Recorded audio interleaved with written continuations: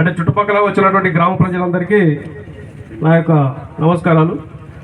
Sir ఇక్కడ పెట్టారు అంటే సార్ పేరు ఎవరు సార్ వీళ్ళు పర్యావరణ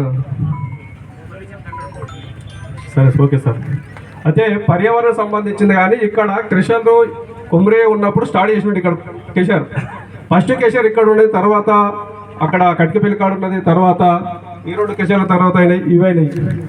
ఈ ప్రాబ్లాల వల్ల కేసీఆర్లో ఉన్నటువంటి ఎన్నోసార్లు పొల్యూషన్ బోర్డు కంప్లైంట్ చేయడం జరిగింది.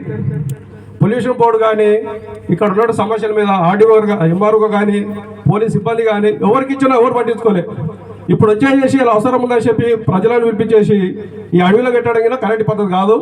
ఏదో సమస్యలు ఉంటే విలేజ్లలో పెట్టాలి, గ్రామ సభ పెట్టి గ్రామాలలో పెడితే ఊరు జనాలు ఉంటారు, ఊరు సమస్యలు చెప్తారు. ఊళ్ళకు కిలోమీటర్ దూరం పెట్టి ఈ ప్రజాపాయకర సేకరణ తీసుకోవడం కింద కరెక్ట్ అయిన పద్ధతి కాదు. ఏదైనా ఉంటే 3 ఊళ్ళు ఉన్నాయి, 3 ఊళ్ళ గ్రామ ప్రజలు డబ్బు సాటించి విలేజ్లలో పెట్టి సమస్యలు తెలుసుకోవాలి కప్పి అడవిలో పెట్టి ఏదో పెట్టడం కింద కరెక్ట్ పద్ధతి అన్నట్టు నేను అనుకుంటున్నాను. అదేవిధంగా అనేక సమస్యలు ఉన్నాయి ఇక్కడ.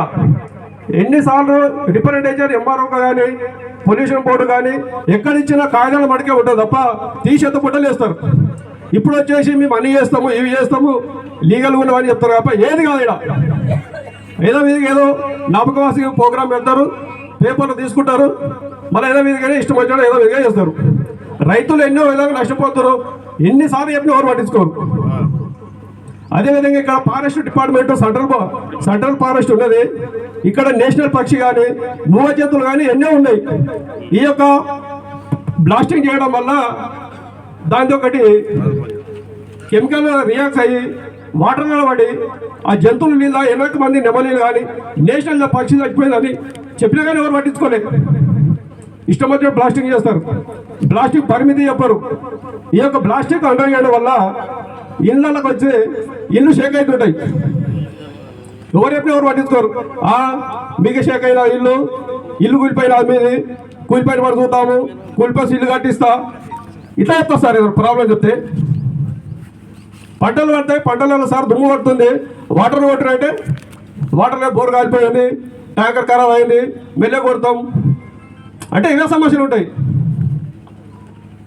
కాబట్టి మీరు ఏంటంటారు సార్ ఇక్కడ కృషాలు పెట్టడం కింద అన్ని ఊళ్ళు దగ్గరగా ఉన్నాయి.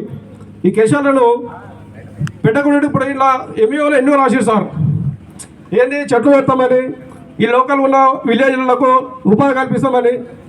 ఉపాధి కల్పిస్తామని ఏ ఒక్కరిగినా ఈ 3 దగ్గర ఏ ఒక్కరిగినా ఉపాధి పొందుతలేరు, ఏ ఒక్క చెట్టుకినా నాటలే సార్. ఇవన్నీ మీరు దృష్టిలో పెట్టుకొని కేశాల మీద తగిన నిర్ణయం తీసుకోవాలని నాకు మరి.